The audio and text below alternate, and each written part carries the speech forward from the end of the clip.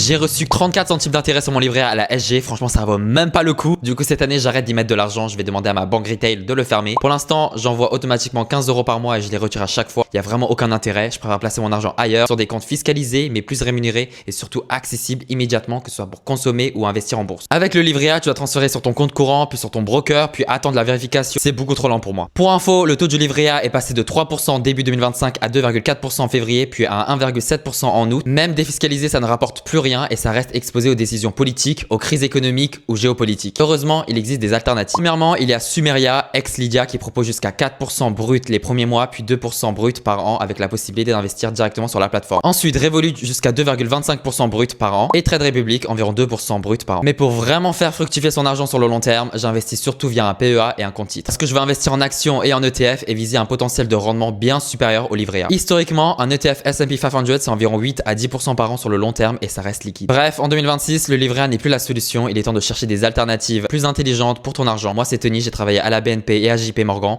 et je vais démocratiser la finance pour tous. Abonne-toi pour en savoir plus.